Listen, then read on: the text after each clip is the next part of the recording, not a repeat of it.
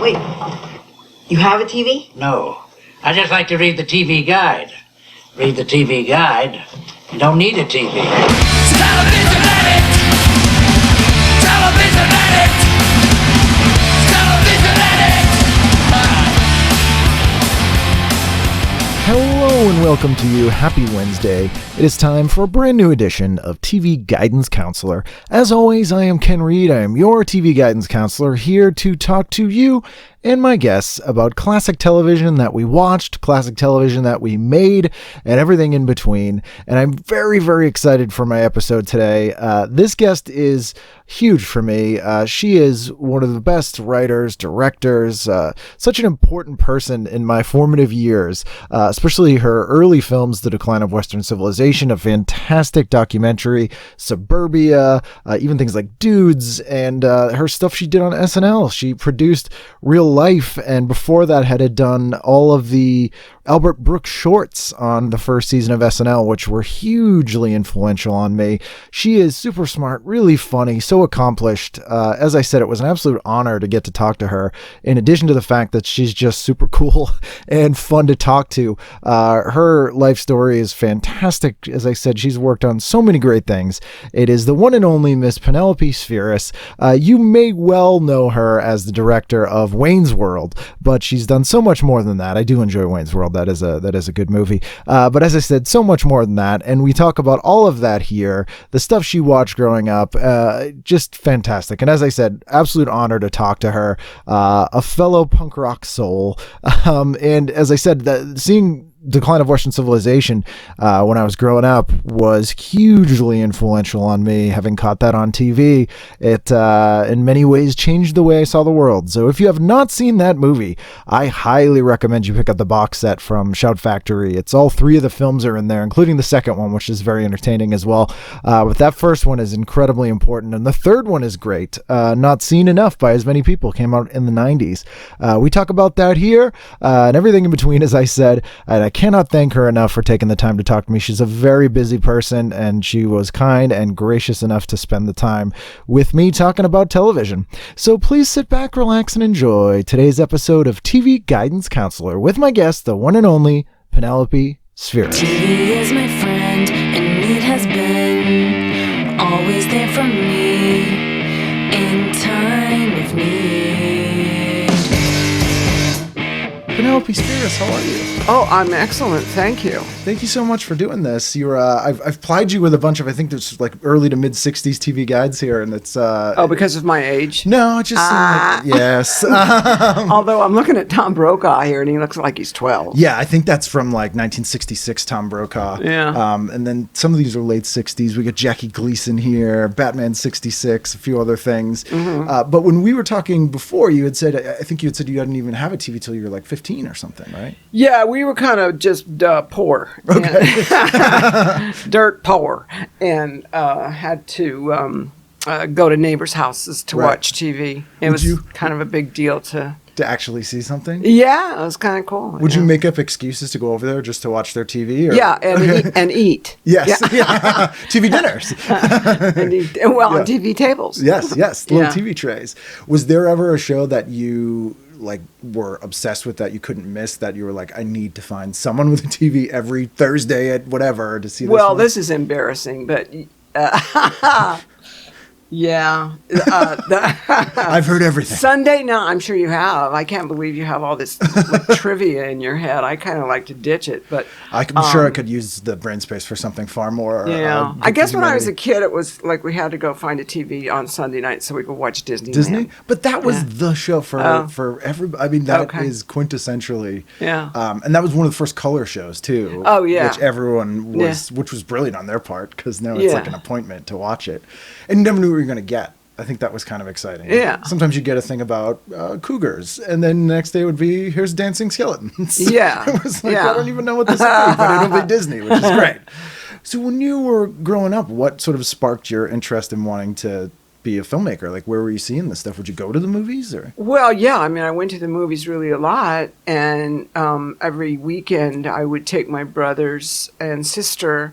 we would save money all week, collect Coke bottles or whatever, and save money so that we could go spend 50 cents, believe it or not, on a matinee or $1 or whatever it was back then. But and watch like 3 or 4 movies, from like 12 o'clock on. Right, that all day Saturday kiddie matinee that would be like cartoons and short subjects and double features. Right, I guess that sort of was replaced by television by like the mid 60s or 70s. That's probably true. Yeah, but by the 60s and 70s, I was so into drugs that I just gave up on all that shit. Yeah, that makes sense. Yeah, I think that was you and everyone in America. Oh, really? Yeah, pretty much. Okay. Yeah, and that's why television was scared of youth at that point. I don't know if you've ever seen the final episode of Dragnet, which I watched Dragnet a lot, actually. That show's amazing because I'm fascinated with just LA in general. Just the facts, man. Yeah, Just the Fact Man Friday. And that is the most establishment guy ever. Like he was just such a straight-laced guy. Yeah. And he wrote and directed the final episode, which is about vicious hippies who are terrorizing Los Angeles, taking LSD and overdosing on LSD. Oh, that was me. Things. Yes. And it's really interesting hearing like that guy, Jack It's Webb. so funny how in pop culture, as the different trends emerge, the new version, like in the 70s, how punks were portrayed in TV shows and movies. The juvenile delinquents changed their outfits, but they're promoted in the same way. They're still basically evil. Yeah. Oh, yeah. Right and on. that was one of the things we were talking about earlier, too, was that your work is one of the few things I can think of, especially at that time, that presented like punks as like just kids who were the protagonist instead of like the evil, the second coming of the doom saying, and all that stuff. The devil. Yeah, because we had like there was a Chips episode, which was I Eric kinda Estrada remember. going undercover as a punk rocker. Oh boy. There's a scene where he's in the locker room practicing slam dancing. Oh my! You don't practice slam dance. No. You just get in there and get your ass kicked. Yep. But he's like, I'm bouncing into the lockers to practice. Oh my God, that's hilarious. Which is hilarious. And then there's a Quincy where someone is stabbed at a punk rock concert. And Quincy Klugman has to come in and figure out, why these kids are so nihilistic. Right. Yeah. Well. Very, very different. Shit happens. So when you finally got a TV, was there shows that you started to watch more frequently, or? I think if there's one show that I have to say that I've seen more of than any other show, and I think I've seen every single episode for 40 years or whenever it began, is 60 Minutes. Yeah, really? So that's like you can't miss. You kind of watch that every week. Yeah, had 7 o'clock Sunday night. But that makes sense. I replaced Disneyland with 60 minutes. Yeah. One day I just had it on the wrong channel. I never went back. No, it's just, forget about that fantasy shit. Let's just get down to real life here. Yeah. And I mean, you're a documentarian. I mean, that seems to be what you really gravitate towards. So it kind of makes sense. I miss real journalism shows like that. There's fewer and fewer. Yeah. And so it does stand out. And even the Sunday morning ones where it takes time to actually like create a news piece instead of just here's an inflammatory thing. What do you think about it? Yeah. Which is how all news is. I just want to know what's happening in the rest of the world. And it's, and so 60 Minutes to me is been for my whole, viewing career here, the Bible. Right. Right. And I think it was really amazing, honest, groundbreaking reporting, and you found out things about, establishment entities that should have been busted out, and they did it. Yeah. And for me, that was 60 Minutes was God. And that was always the number one rated show for years and years and years. Oh, you keep saying things that make me seem normal. Am I normalizing it for 60 Minutes? It really was, and it still does fairly well. But it was interesting, especially to see in the kind of 60s and into Vietnam when television for the first time started questioning things. Right. And in a big mainstream show like 60 Minutes would even do sort of anti-war episodes. We always wondered how much censorship was involved, Yeah. And what they were allowed to say and report and what they weren't, It's shocking, though. Like, I don't know if you ever go back and watch old ones on YouTube or, you can. No, I don't have time to I'm sure drive over here, Yeah. But it's funny because it's interesting because sometimes I'll occasionally look back, to research for the show or just out of curiosity. And it's much more intelligent than news now, but also really is objective, but the facts are damning. Yeah. And it's you don't realize how different it is to the way news is presented now until you watch it again, and you're like, that's kind of jarring how different it is. Yeah. And I don't know why we've gone so far. Well, I do know why we've gone so far away from that, but two companies own everything. That's right. Yeah, corporate mergers. Thank you, 1996 Telecommunications Act.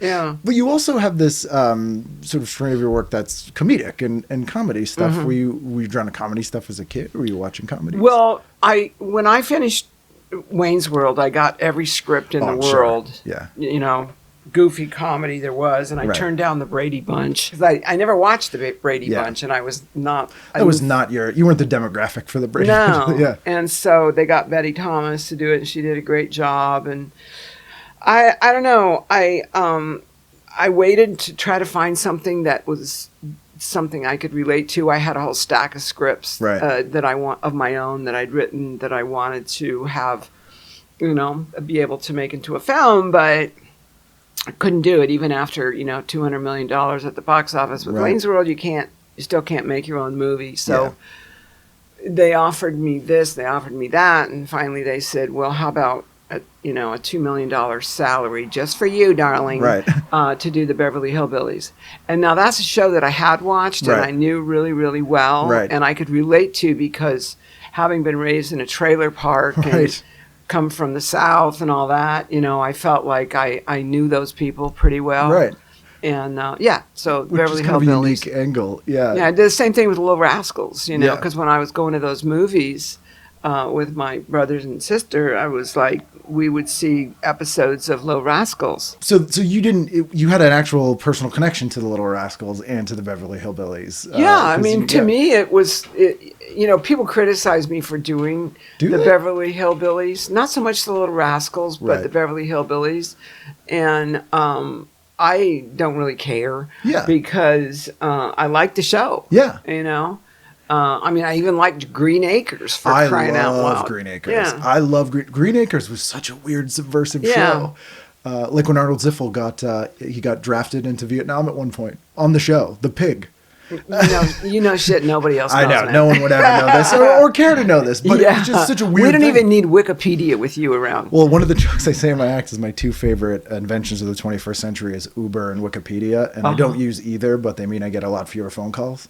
Very good. Like, but you do use Airbnb. I do use Airbnb, yes. I bet you use Amazon, too. I do use Amazon quite frequently as well. They just until they get drones, then I don't think I'll have deliveries. Oh, I know. I'll get one caught in my hair. Yeah, or just feel like, what is happening here?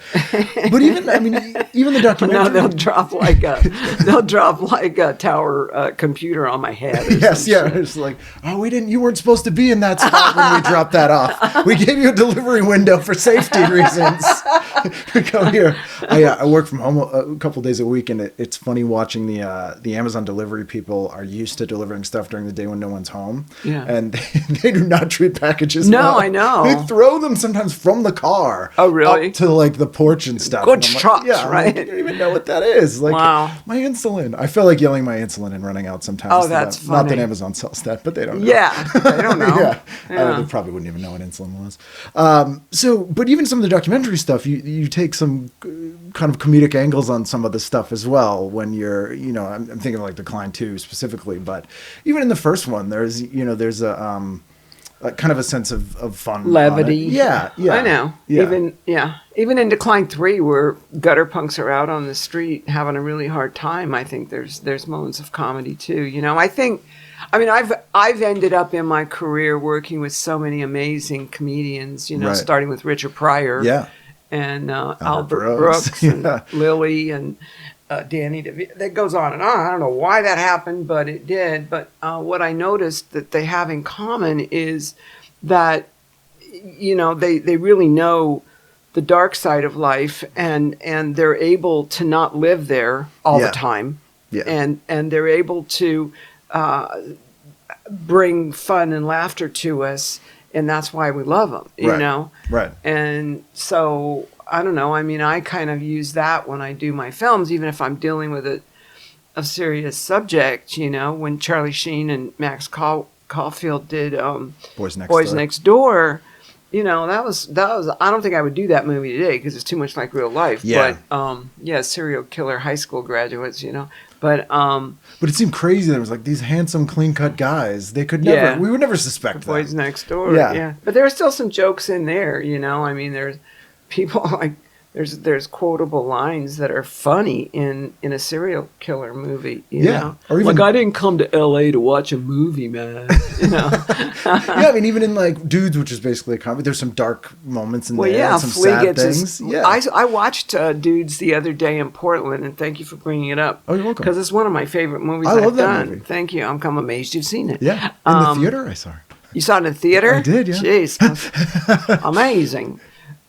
But yeah, I mean, I watched it the other night up in Portland at the Hollywood Theater. It was like, wait a minute, this movie, the tone is a little bit off. It's weird because, I mean, Flea gets his head blown off by leaving from fear. Yeah. And then, John Cryer and Dan Roebuck go on to set straight his death, try to find the guys that killed him. But there are moments that are really funny in there. Yeah. And I think that was the movie that I learned about tone, because when tone is mixed up, it's hard to deal with. And I think that's for filmmakers, young filmmakers today, that's the first thing I would say to them is make sure your tone is even because the audience gets confused. But weirdly, like some of my favorite movies have that weird tone shift. People said that. Yeah. I said that publicly in Portland, and people said that. Yeah, After Hours is a big one. Oh, that's a good or like Something example. Wild, where the whole first half's a comedy, and then it gets Ray Liotta's like terrifying. Yeah. And you're like, wow, how did I get swept into this? And Dudes I kind of put into that category a little bit too. So I didn't fuck up too. I don't think you fucked up. I think it's it's well mixed. I always when people ask me about comedy, which sadly they do, I always recommend Stephen King's Dance Macabre book to them, which is his nonfiction book about horror, because mechanically it's identical. Comedy and horror, exactly the same, just a different payoff. And so I'm like, the setup is the same. You could do a shock joke, like make a offensive Nazi joke is the same as throwing a cat at someone in the arm. Like it gets a reaction, but they're kind of mad at you about it. And so some tones mix, even though they seem when different. I told my boyfriend that you do comedy, stand-up, because he always knows stuff that I don't have any idea about. And he goes, is he part of... there's a punk rock comedy show here in L.A.? Yeah. I want to go to that. Joe Sib does it, who started... this guy, Joe Sib, I can put you in touch if you want to tell me what the next one is.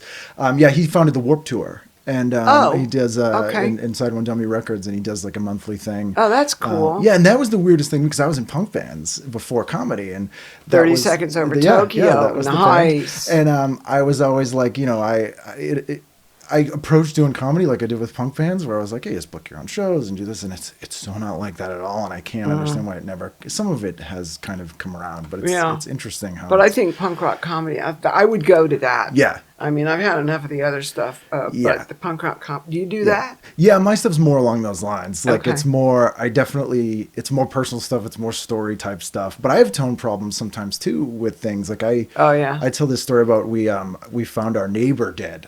But it's actually really seriously funny. It's like the Dead Painter story in Decline 1. But it's not like this guy was an old guy. He was an ex-train conductor from Maine. He had all these dogs, and he was a real weirdo. And like he used to on Halloween every year, he'd come out dressed as the Coors Light werewolf or something, some weird Coors promotional and he would light a road flare and run around the block, and then he would throw candy in the street and yell "fuckers" for like 10 minutes. Every single year. It's like, it's Halloween. He needs some medication. Yeah, he needed medication. And so we hadn't seen him in a while, and he lived in this big old Victorian house, and it was Thanksgiving. That's scary. Yeah, it was, but my parents would be like, don't go out there till he goes inside. All right. And so we got a key to his house, and I don't know why. No one had seen him for a while, and it was Thanksgiving. And my family is very, we were the white sheep of our family, and we were very much like the only ones who had a house. So we would have the holidays and stuff for the time that we did have one, and we'd have everyone over. But my uncles were like real like fucking Boston guys or whatever, you know. Yeah. So they would always give my dad shit all the time. And they were like, hey, what's Eddie? Other thing that I didn't mention, the old guy's name was Eddie Murphy, which is already funny. That's all you need. Yeah, that's and they were like, perfect. what's Eddie Murphy been up to? And like, we haven't seen him. So they're like, go check on him. And he's like, I don't want to go over there. So my father and I went and checked on him. And he was dead in his bed. And his dogs were all dead too. Stop and it. they had eaten some of him. Okay, you Yeah. know, I swear to God, when you started this story, dude, I thought, Penelope, don't think that shit, okay? Yeah. Because I was going to say, did the dogs start Yes. eating him? Yes. And they did? Yeah. And they were all man.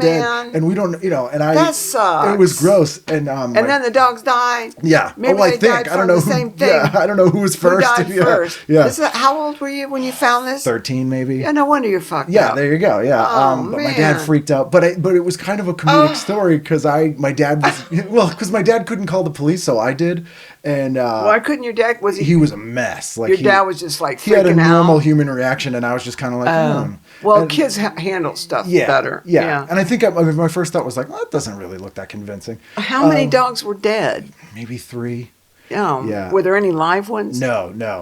Everything was. Look was at me. I need deceased. details. I'm sorry. Yes. Yeah. And so I went over and my uncles had like made a bet.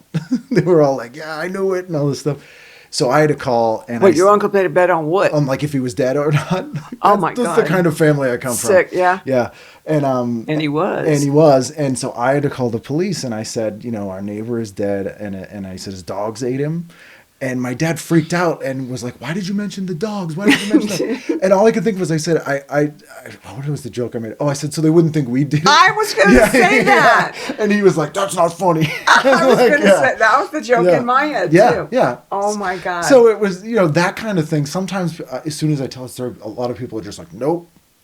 And it's, you know, and it has jokes along the way, but it's Yeah. like, it takes a specific kind of show where I'm like, all right, maybe this kind of thing. Yeah, will maybe we will can fly. tell that story. Yeah.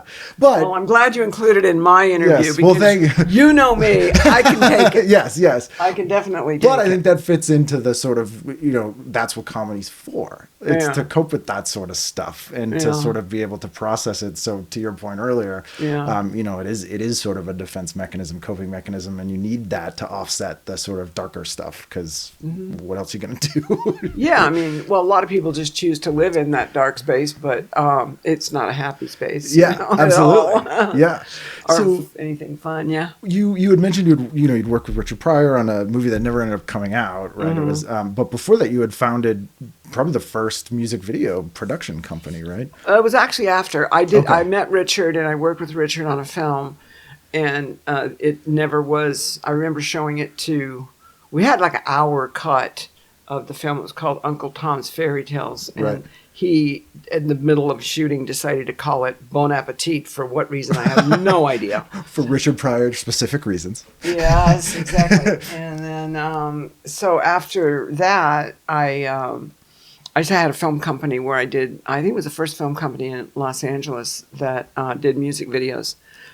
You know, What was because they would sometimes play them like in the early days of HBO, like between things, or sometimes local. I think Z Channel would sometimes play Z videos and Channel. stuff. Yeah, no, the main purpose of the films back then, and they were mostly performance videos. I got a call from a friend of mine. His name is Peter Philbin, and he worked at CBS Records, and he knew I had just graduated from UCLA Film School, and he's like, would you like to make a music video? And I, well, what is that? Right. And he said, well, we just figured out that we don't have to send the bands around the world and let them bust up hotels and spend all the money and blah, blah. We can just send a piece of film. And they'll show it on TV. And they'll show it on the, Top of the Pops or whatever Right. shows all around the world. They have these various kinds of, Yeah. Don Kirshner type. rock concert. Those yeah. Those shows around in Europe and everything. And so, yeah, I did a lot of music videos back then. I shot Funkadelic, believe it or not. Oh, really? I shot 4 songs of. Yeah, I shot the Mothership. The Mothership comes down. Yeah. I didn't know Mama you shot the that. Mothership. Oh, wow, wow, that's I gonna know. be a mind blowing. That was a mind blower. Yeah. Speaking of unhappy stories, my daughter's father had just died of a heroin overdose. Oh, I'm sorry. Yeah, it was tough. It was 1974, and Adam Summers from Warner Brothers Records called me up and says, "You got to go over and meet Neil Bogart at Casablanca Records because we're working with them. We're going to do some videos on this Funkadelic band. And I'm like, who? Yeah. And so I go over and I meet Neil Bogart at Casablanca, and he says to the secretary, could you just do Penelope's nose so we can have a meeting? And so, in those days, you just did blow right in the office. Well, it's part of the meeting. It's like coffee. Yes, I coffee. That's funny. How do you take it? Just a real long, skinny line. Yes. Thanks. Anyway, so I don't know. After that, I went to New York, and I didn't even. I told Adam, I said, man, I can't do it. Yeah. Bobby just died. I can't do it. Bobby was working with me on Richard Pryor movie, and he worked out with me on all my shorts that the Academy just restored. And he passed away from heroin, and it's like, okay, now, Penelope, get on a plane and fly to New York to shoot a band that you don't even know who is. Right. And I'm like, I can't do it, man. I'm fucked up. I can't even walk. Right. And he goes, you have to do it. He says, the only thing that's going to take you out of this, funk. Is Funkadelic. Yeah. So the funk is the funk. Yeah, so I went to New York. Can you imagine just walking on the soundstage, and they had the mothership all set up and everything, and they said, okay, well, we'll give you a run through, and then you can figure out where you want to put your cameras and the lights and everything. Right. And it was like, anywhere? I'll put them anywhere. Yeah, I mean, you could put them anywhere. Yeah. And then, George Clinton comes down the stairs from the mothership, and I'd never seen anything like that in my life. I don't think anyone had. Bootsy's in his underwear, the diaper, and I've seen that footage. Yeah. Was there a genre of music that you gravitated towards that specific? Were there like at bands that you really time? into? Yeah, that made you want to. Oh no! I mean, the only reason I did that. I mean, I was always been a music fan. Right. Always. From the time I was 6, 7 years old, I was a music fan, and I don't know. I just when I did the music videos, I just took whatever job I could get, and then actually I did turn down one job. And probably a lot of people will hate me for saying this, but I had gotten to a point with the music videos where I kind of just I only felt like I could do certain things right. But when Joni Mitchell did Give Me a Parking Lot. Oh, Paved Paradise. That parking lot song they wanted me to do. And I said, man, I don't know what to do with this. Yeah. That is just too freaky. I just don't want to handle it. It's not my scene, man. No. God bless her. But I couldn't do it. And but most of the time, I mean, I shot really a lot of music videos. And then later people, after I did The Decline, people would say, how come you cut the Decline like all the MTV videos? And I'm like, no, man, you got it backwards. Because The Decline was first, and so were my other music videos. So they kind of took a little bit of something funny story with that. Yeah.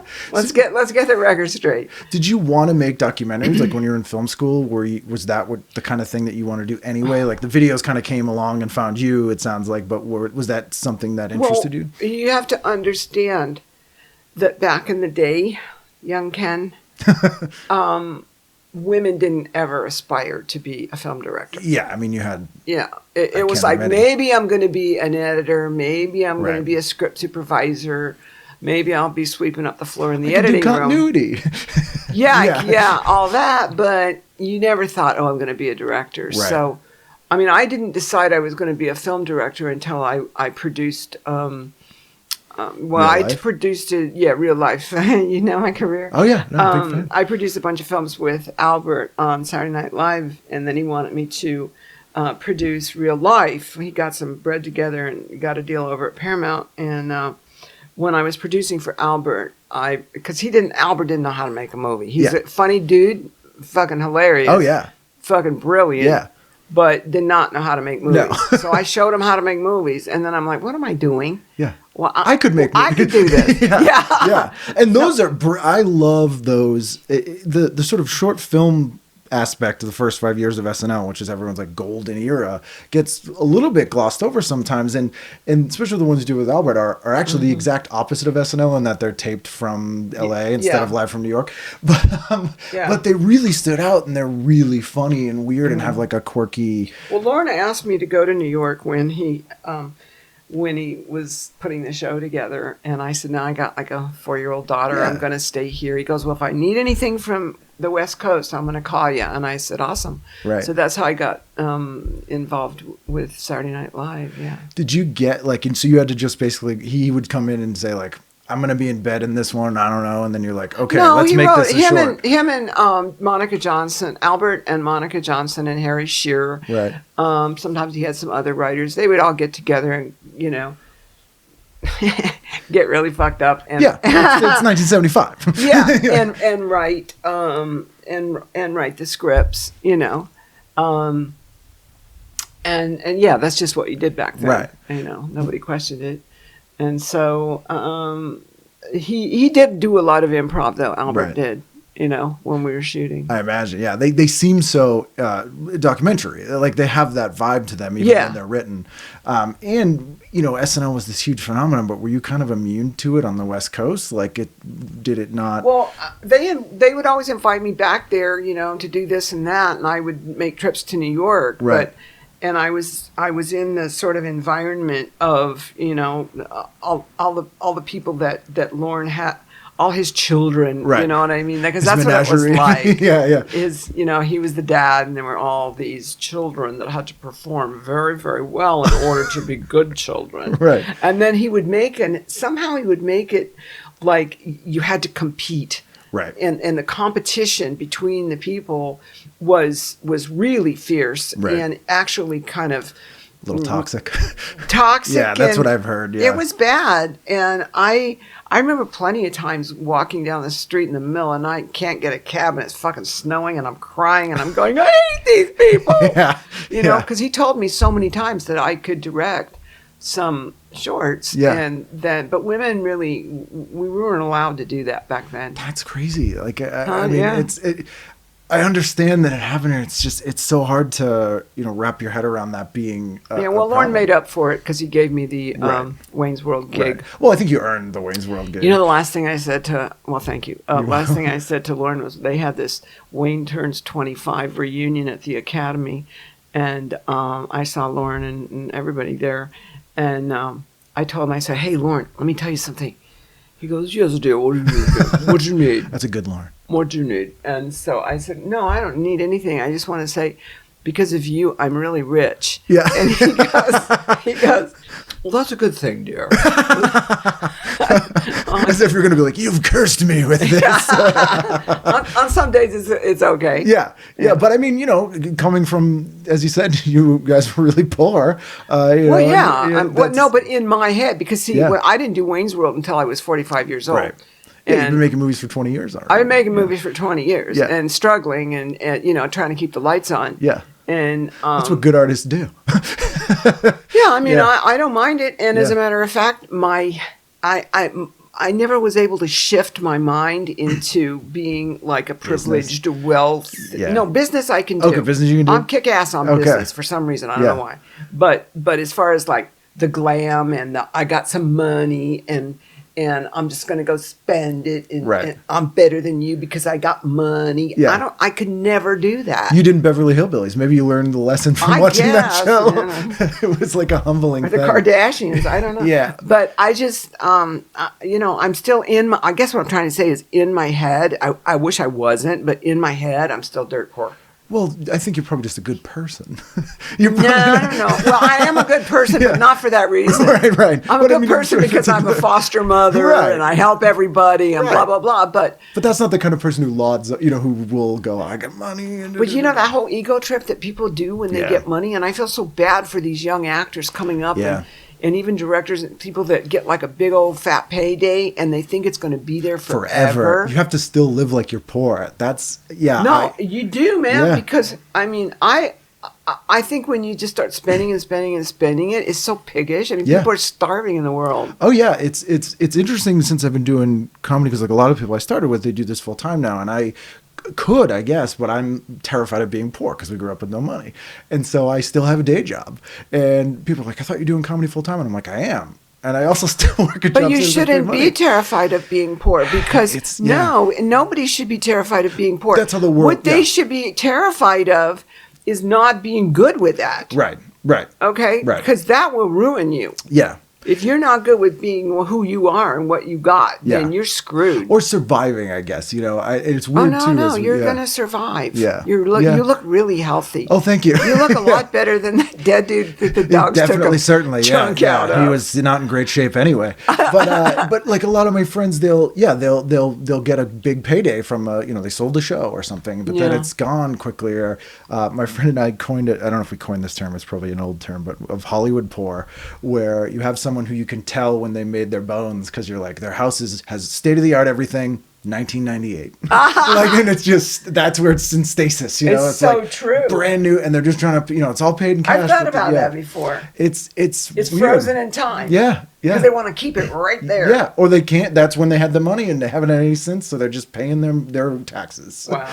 And a friend of mine was like, I have to go hiking in these $500 Prada boots because they're actually the only boots I have because I got them on a photo shoot. Wow. But I don't, otherwise it's ridiculous, and it's like this weird. Now sell thing. those fuckers. Yeah, no, that's what I told him. I was like, you can get like 3 pairs of boots for that. And then you can give the money to somebody that needs it. Yeah, absolutely. And occasionally you get people who are like, I have enough money and I can live a very good life, and the rest of it I need to give back. And which to me is how life should be lived. But it's odd that there are people who don't do that. I guess. It's weird. It's the Bill Gates theory, I guess. And yeah. But when Decline 3 came out, that was my era. That's when I was in a band when you were filming that. Oh, really? And I think is Naked Aggression in that movie? Yeah. We played with them. Like really? That was we did Kirsten's awesome. Yeah, that whole scene is like when we're around, and so I knew those kinds of kids in Boston. Wow. And it was I'd obviously grown up watching the first one, and the second one I enjoyed, but didn't connect with me in the same way because it just wasn't my scene. But it was weird seeing that world, but my contemporaries in a lot of ways. And in Harvard Square in Cambridge, which used to be the mecca for hitchhiking in America. When people hitchhike. Yeah, they would just hitchhike there and go to San Francisco. It was like the two extremes. But every summer, and to this day, we get punk rock kids who are begging in the square. Spanging. Yeah, and half of them though literally are rich kids who are like live action role playing. And I would know some of them. They were from like very ritzy, suburbs, and were just like pissing off their dad. And I wouldn't, and I never was like full on punk rock look wise. I pretty much dressed the same way, but they would be like, "Good, you change or whatever," and I would know this person. Be like, "I don't." It'd be like, I don't know, but I've got really good poser radar. Oh, I'm sure, yeah. And I can tell if somebody's just posing. Yeah. And I know what you mean, and that's kind of a piss off. Yeah, because you're like, next to you is a kid who really needs money, and then you're here, and then you're like, and I'm like, you have more money than I do. Like, what are you doing? But the kids in that movie definitely are the real deal. It was weird to see those kind of. It was weird to see people that I experienced firsthand, like in a documentary. That was kind of. You know what Kirsten does for a day job? No. She's a middle school teacher in South Central LA. Wow. Where the kids have to walk through the metal detectors to get in. Yeah. That makes sense. She's a tough cookie when I've seen them play. You don't want to live. mess with Kirsten. Yeah. She's a little firecracker. They were a great band. So you do Real Life, which had a TV tie and TV origins that I think people forget. There was the Loud American Family. American Family, which was basically the first reality show, I guess. Probably, yeah. Yeah, but was a good documentary series. Yeah, people were fascinated with it. You know? Were there TV? Because I know I've heard you talk about Frederick Weissman's movies before, which I think were TV documentaries. I remember seeing them on PBS the first time. I think I saw. You might have seen them on PBS. I saw them in film school. Okay. And those were pretty fascinating as well, and sort of academic almost.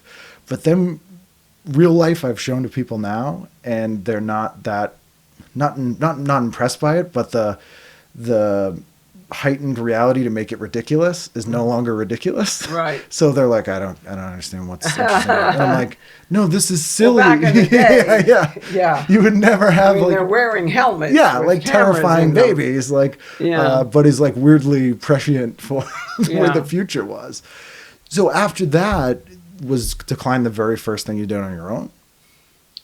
Feature, yeah. Yeah. I mean, I did a bunch of short films that, as I mentioned, Academy of Motion Pictures recently restored them. Are they going to do a retrospective or release them? Or? They've made a program. It's 88 minutes long. Oh, cool. And it's freaky for me to watch it. I think it's 7 short films. Right. Have you not seen them since? No, I don't even know how they found them. Wow. You know, this guy, Mark Toscano's awesome dude over at the archive. He would call me up and he goes, Penelope, I'm over here at such and such a lab.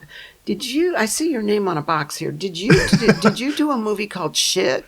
That's not what I called it, but now I'm a little No, that's what I call it. And I go, yeah, I did. He goes, well, we found it. So, yeah, I mean, they're like amazing archaeologists. Anyway, so they restored those films, and I did those and the music videos, and then I did Decline and started shooting in '79. Were the shorts narrative written, or were they more documentary? They're kind of a weird hybrid of some of them are weird kind of hybrid of scripted and documentary, like a Cassavetes kind of. Exactly. Yeah. Exactly. Yeah. And actually, when I was in school, he was one of my heroes. Did you ever watch Johnny Staccato that he was in? Yes, I did. I love that show. Yeah, it's so weird. It's shockingly violent for when it was on. Yeah, I know. Yeah, and it's so weird that he would make these movies if you only knew him from that to go into that stuff. But because I was going to say, Suburbia to me is almost like a hybrid. It feels like a hybrid of documentary and narrative stuff. It does have that vibe of, and it may just be because I've seen Decline before that, but a lot of the scenes kind of seem sort of documentary. And what happened when I did the Decline is we weren't able to get it distributed because it was a documentary and it was about punk rock. Right. And they just didn't put those kind of movies in theaters. Yeah. So I was told by one of the Mann brothers from Mann's Chinese Theater that if I wanted to get a movie into a theater and still be talking punk rock, that it had to be a narrative. And that's why I wrote Suburbia. Yeah. So you kind of snuck in the themes of Decline into a narrative movie. Almost. Well, I kind of, have this whole punk, they say born a punk and die a punk, and that's me. And, I did the metal years and all that stuff, but I'm a punk at heart, Same. I just look like some straight old lady now, but I'm a punk rocker. Yeah, no, I think you could read it. Same with me. Like I said, I always I'd wear suits to school sometimes. Or I definitely wasn't like a spiky-haired punk kid, but I think it looks stupid for people my age to, have a mohawk and tattoos and all kinds of metal hanging off their face. It certainly does. I can't do it. Yeah. It's just me. Yeah. I mean, if they want to do it, that's fine, I guess. Yeah. But you never kind of had that. It's the same thing as having that house that's stuck in 98. Yeah. Yeah. I don't want to be stuck in any era. No. Where they're like, oh, it's 1977. I'll be stuck in today, right now. Where we all are. Where we all are. But Suburbia has, I don't know if this was intentional, but there's a lot of TVs in it, always in the scenes. And I remember that, when they go to the hotel with the kid whose dad and his boyfriend are there. There's a TV on the pool. That's funny. You're right. I don't know if that was intentional or and then there's a workout class going on, and where they drag in the sod and watch the atomic films. That you bring this up is interesting because I think the reason I did that, and back then you couldn't just lay it in. Yeah. You had to actually play it back on the set, and hope you didn't get those squirrely lines going up.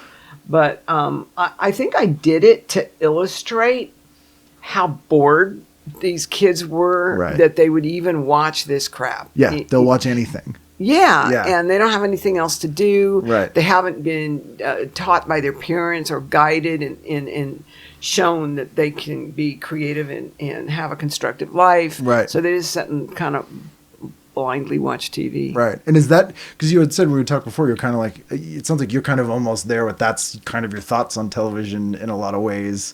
I don't, all my friends are like, oh my God, did you see Game of Thrones last night? Yeah. Oh my God, have you seen, what's the new one called? Belgius or something. Gorgeous. Okay. That one. Have you seen this? Have you seen that? And I'm like, no. I had a really bad meeting one time with the head of HBO, and he asked me if I made any money on Wayne's World, and I said yes, and he told me to leave. That's and it was weird. really, okay. And I never subscribed to HBO After that. because of that, even though he's gone now. Still, yeah. that company hired that person. I showed him. Yeah. I showed him. And they know, they're like, if we could just make our fourth quarter numbers, if we could get one more person, it never happens. And I don't watch, you know what I watch on TV now is 60 Minutes. Yep. And cooking shows. Same. You? Yeah, same. It's like if you want to just unwind, you put Good Eats on or something, and it's sort of satisfying watching him like build a thing. Yeah. And it's not. I just like to watch Guy Fieri's fake punk rock hairdo change from week to week. Yes. Actually, he's a cool guy. We're fascinated by that show. Are you? Whenever we come out here, we'll go, like, we love the Nickel Diner downtown. Oh, yeah, man, he finds a good shit. Yeah, you know? and we just happen to be going to all these places that we didn't even see on that show. But like the fourth one, there's like the big thing on the wall, and this lady goes, "Are you doing the Diners, Drive-Ins, and Dives tour?" And we were like, "No, but I guess so." I'll go on that tour. They look like good food. Yeah. And since I've been watching all these cooking shows, my family is like, "Oh man, your cooking has gotten so much better." And then lately we got this Amazon Fire Stick, and so we've been clicking around that. And so cooking has made my family love me more. Yes, that's what the cooking channels are for.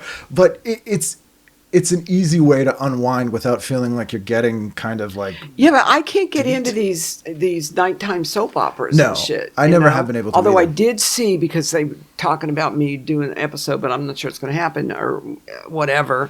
But there was a good show. I watched it. Being Mary Jane. And, I haven't seen it. Yeah, no, It's it's BET, and it's this woman, Mara Brock Akil is her name. Gorgeous black woman. So amazingly talented and smart. And she wrote this. I watched the episode and I'm like, maybe I am missing out on something here. Things are good. Wait a minute. Yeah. That was good. Yeah. But I swear, I turn it on and I try to watch and I try to get into it. And I don't understand Game of Thrones, and I don't understand what people see in it. I'm the same way. Really? I don't. I tried to watch Breaking Bad. I tried to watch Breaking Bad too. Do you know what was wrong with it for me? What did it for you? It was too violent.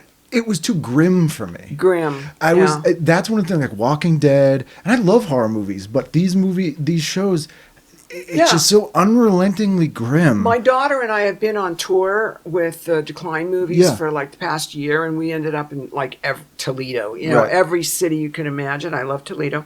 And I would be trying to go to sleep at night, and she'd be watching The Walking that's Dead. Not sleeping stuff. And I'm like, honey, what are we doing here? Yeah. And I said, how can you watch all these people get killed? It's so terrible. And I said, it really contributes to the violence in America to have everybody being killed all the time and all bloody and everything. It's desensitizing us. My daughter goes, Mom, it's okay. They're zombies. They're already dead. Yeah. Who are the people it's okay to kill? The people who are already dead. Everybody wins. Yeah, and then they have like a zombie convention down in Fort Myers. It's so weird where people like... Did you hear that? And then paintballs. And then, but then some guy goes to it and everybody's dressed up like a zombie and he kills 4 people. Oh, I didn't even see that. Yeah, because they're already dead. Where did he get that idea? I can't imagine. I can't imagine watching that show. It's very strange, and it's... I like drama in a thing, but all these shows, it's just like every awful possible thing is going to happen to these people, and it just fills you with this sense of dread, and I can't... Mad Men was the same way. When you get to a certain age, and you're going to be the same way, I can tell. I'm sure. Is that you kind of have been through all the drama. Yeah. And there's none that I see on any of these shows that has any freshness to it or something new and different. You know, maybe like Modern Family or something like that, where that's a totally different situation where couldn't have ever happened before today and that sort of thing, or The Transparent Show or something like that. But I don't know. I mean, mostly I've heard all this shit. I'm just that old. Well, you're that old. You're probably just that aware.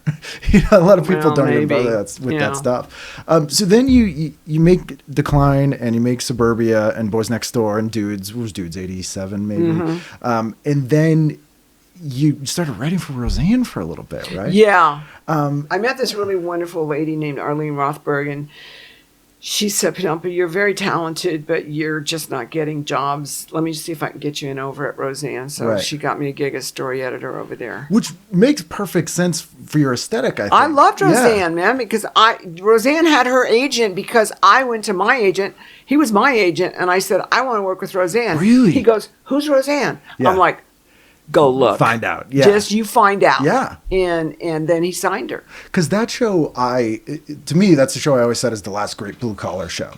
And the humor on it was natural because it was coming from people who, like we're talking about before, they needed that humor to cope with the terrible things that were going on in their life. But they were normal terrible things, like we're going to lose the house, our job closed down, not like everyone got hit by a car and, there's a nuclear bomb under our house. Yeah. But it was what I identified with, paycheck to paycheck, like family tension, we make fun of, we shit on each other and bust each other's balls, but if anyone else from the outside does, then we kind of gather. That stuff you didn't see on TV, and I feel like we haven't seen since because TV's all aspirational. Yeah, now. well, especially coming from a woman, Yeah.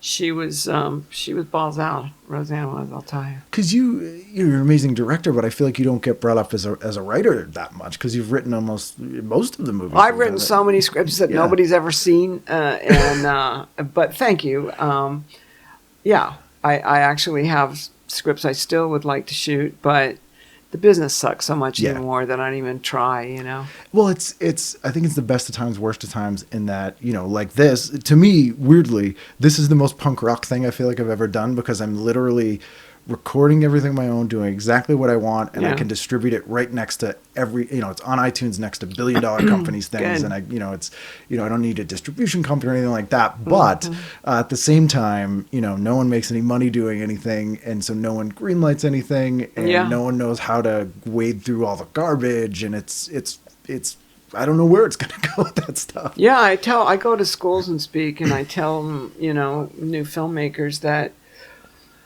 I'm like 3 times their age, and I wouldn't trade it for a thing because I don't want to be in your boots right now. Yeah, you came up in a time when you could do what you did. Yeah. Yeah.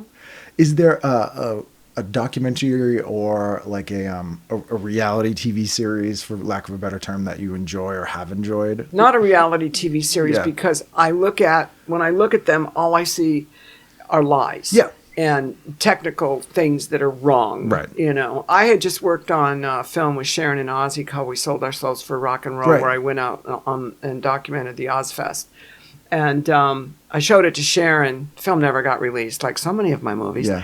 And I showed it to Sharon, and she said, "Oh, I'm overwhelmed," which, can be interpreted so many different ways. Is that good, or is that, I don't... And then she went and got a... big makeover because in the movie she didn't look that great. Yeah, like a normal person. She looked like a normal person, and then she got this idea to do the Osbournes because she could tell by looking at that movie that the Osbournes were funny. And I had tried to do a movie with Ozzy in the 80s called Shooting Stars, and it was a comedy, and I kept trying to cast him in this script, and she wasn't having it. No, Sharon was on board. Okay. No, Sharon was on board, but everybody kept saying, look, Ozzy Osbourne is not funny. Right. I said, no, he's funny. Trust me, he's funny. So when she finally got the show going, of course, I wasn't included at all. Thank you. But whatever. She calls me up and she goes, Penelope, what should we do? Can you come to the office quick? Because nobody can understand what the hell Ozzy is saying. and I'm like, well, put subtitles. Yeah. That's extra funny now. Now it's funnier. Yeah. So they did that. But if you look at reality shows, I always point out to people, I'm like, let's look at the credits. Writers. Yeah. There's writers credit. Yeah, it's a reality show with they're not hiding it. Exactly. It's right there. I know. It's like when I go at the Academy, I'm on in the documentary branch, and I heard somebody talking about, well, when did they approve the script for the documentary? I'm like, what? Never? Because that's not a thing? A script for a documentary. Okay. That's very, very weird. Although I have all of my favorite movies that I've seen in the last few years are documentaries. Oh, yeah. I don't know if you've seen Electric Boogaloo. It's about Canon Pictures, and it's insane. And it's just an interviews documentary about these two Israeli guys who started. And it's one of the craziest things I've ever seen.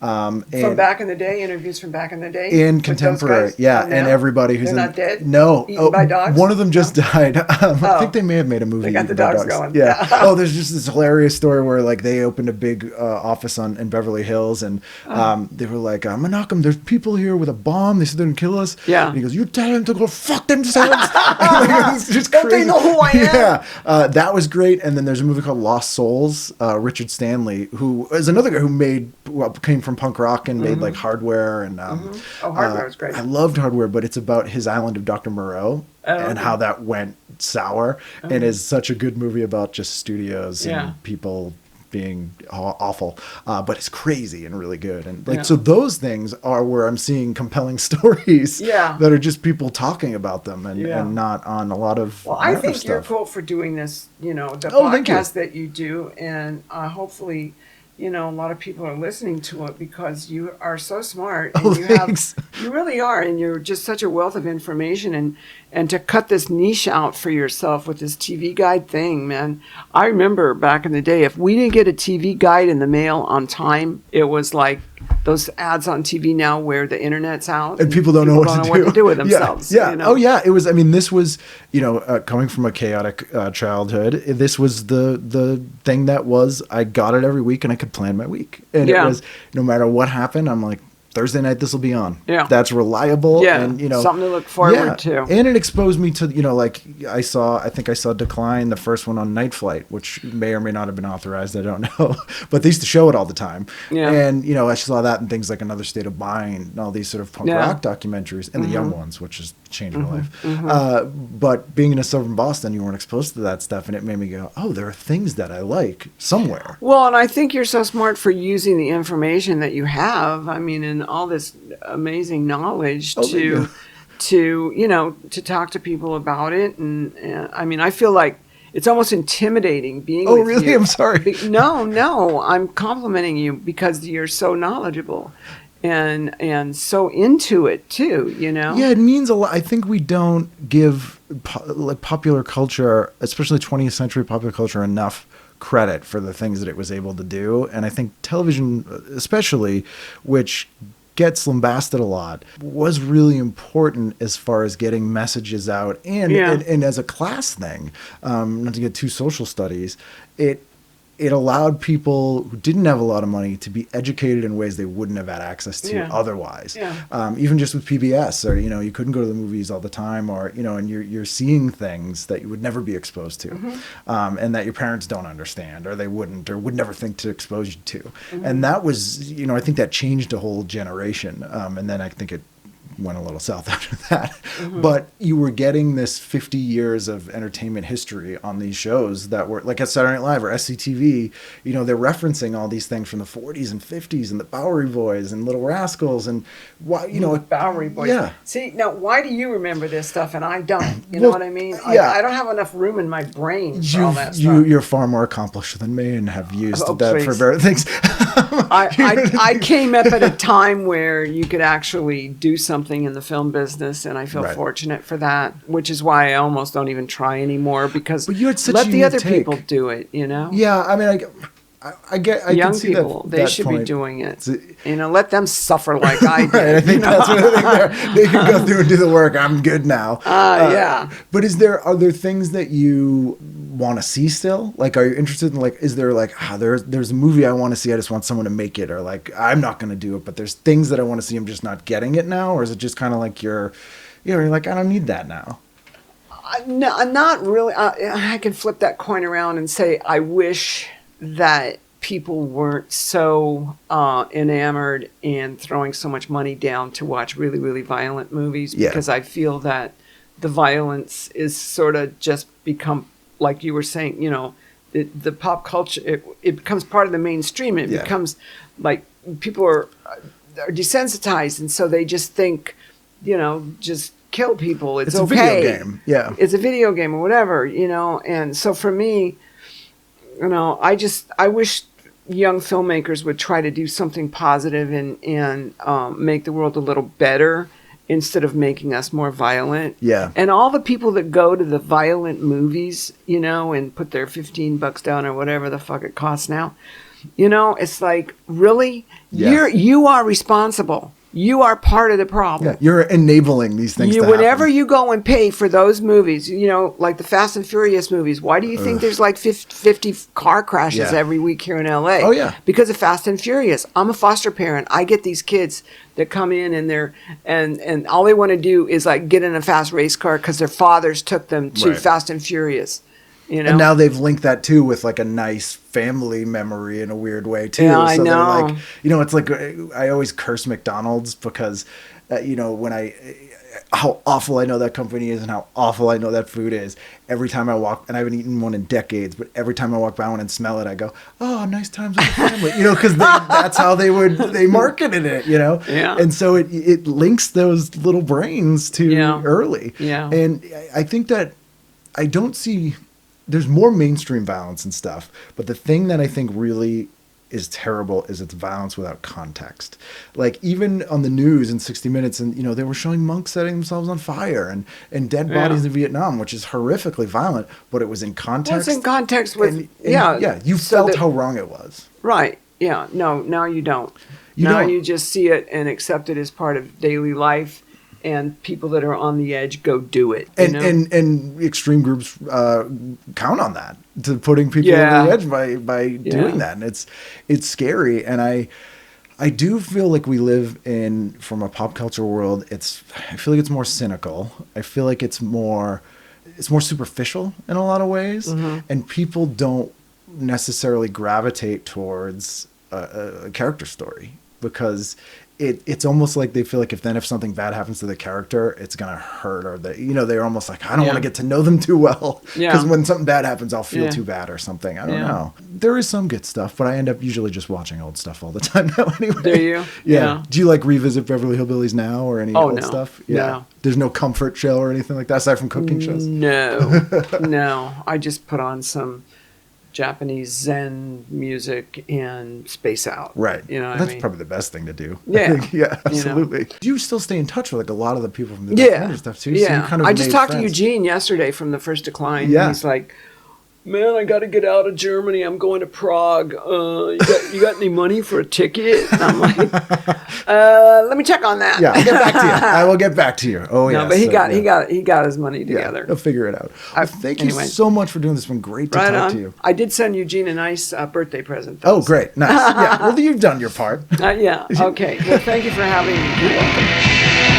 Oh, baby, I see you in my genie said, yeah, baby, I see you in my genie said, I cut your head off and put it in my genie said, I use your... There you go. As promised, how great is she? If you are unfamiliar with some of her other movies, Dudes is not on DVD at the moment, but Boys Next Door is. You can also get Suburbia on Blu-ray. A lot of that stuff out from Shout Factory. Highly recommend picking up all that stuff. I really think that she is somewhat unheralded as a fantastic writer-director and is ripe for discovery if you have not checked out some of her work. I cannot recommend it enough.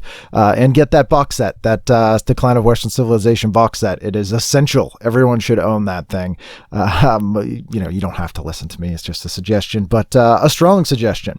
As always, you can reach me at tvguidancecounselor@gmail.com or ken@icanread.com. icanread.com, of course, being my stand-up comedy page, as I am also a stand-up comedian. You can purchase any of my albums there or just shoot me an email. You can also join the TV Guidance Counselor community on Facebook. Just search TV Guidance Counselor. You can tweet to us at TV Guidance.